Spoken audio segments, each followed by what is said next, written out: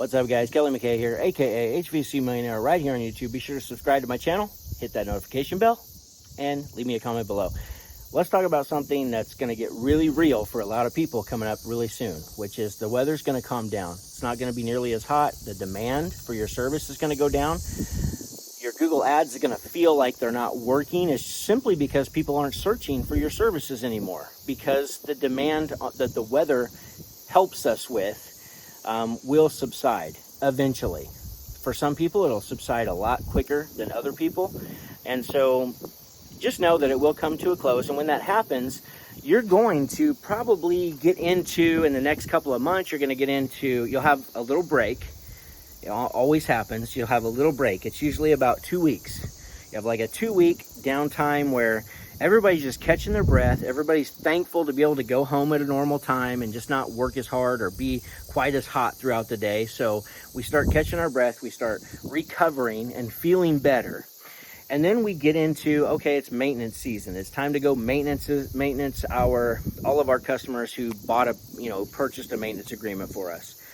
So then that's going to happen. And here's one mistake that we made too many times. So I want to tell you right now, as much as you want to, if you have a substantial list, 300 plus, I'm going to say, we'll call that substantial for now, 300 plus maintenance agreements, don't just blow through those. Don't just go out and just schedule like every single person on your team or all the techs. Don't schedule them 3 or 4 maintenance agreements a day. Do not do that. And then, by the end of October, you think you've done a great job because you're caught up on all your maintenances. Or by the end of November or December, there'll always be a few stragglers who just don't answer their phones, right? And you might have to pick those up in January or February. But don't make the mistake of just blowing through those. Slow down. Only schedule a couple a day, maybe 3 if you have to. Otherwise, it's going to be the dispatcher's job or the CSR's job to fill the calendar with other things that need to be done from customers you visited all throughout the summer. So they're in your CRM, your customer retention management software. If you're not using the CRM, be sure to do that. But you're going to go back through all of your tickets.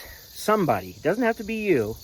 I know we've talked about that on other calls where it's like every time I learn something new and I need to go do something, my first thought is always, how am I going to do this? Like, I don't have time. I'm juggling too many things already. Well, you got to think who can help you with this, or who can just do this. This is not a brain busting activity. It doesn't require any specialized skills or knowledge to look back through all the tickets that you did throughout the summer. Look at everything, from places, the calls that you went to where you added some refrigerant, but you didn't do a leak search. That's a great place to start. You could do some offer to actually go back out to those people's homes and do a thorough leak search and actually find where it's leaking. You might have to add a little bit more refrigerant to the system, which there's some money for your business. And you might actually be able to help them make the best decision and stop putting a Band-Aid on this thing and replace the coil or replace the coil and condenser. So there's one opportunity. Another opportunity is all the bids that you did throughout the last 2 or 3 months. You did all these bids. A lot of them didn't close. And we get stuck in our heads for some odd reason that they must have went with somebody else, because we all know that we do a really poor job of following up with people. So since we haven't done a great job of following up, we get it stuck in our heads that this business is gone forever. Like somebody else, obviously they went with somebody else if they didn't go with us. That is not true. The majority of people just didn't do anything. Like the majority. So like 9 out of 10 people, if they didn't go with your bid, chances are they've not done anything. So now it's a great time to start following up with these people. It's also a great time while you have this little breather to create an actual system or process of follow-up, so you can close more sales, close more jobs that you've already been to. Because believe it or not, you want to add an incredible amount of work and an incredible amount of money to your business and stay busy even through what people call shoulder season or slow season. This is one of the ways you do it, is you get a lot better at follow-up. So hopefully you did a great job of taking notes.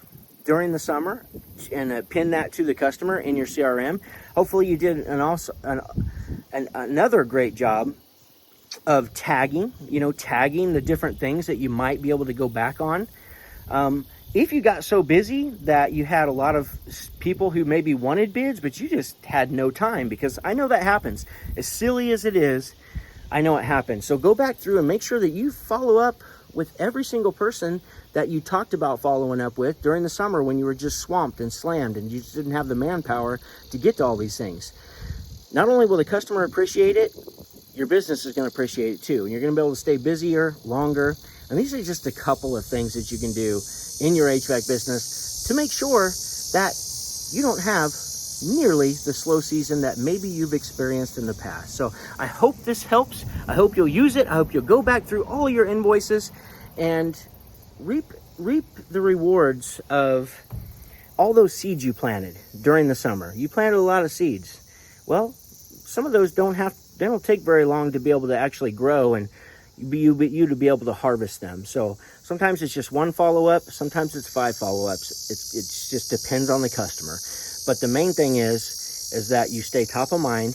You let them know what they could do to stop putting band-aids, on their equipment, and you never know what they might say. So love you guys. Hope this helps. Go make money. Boom.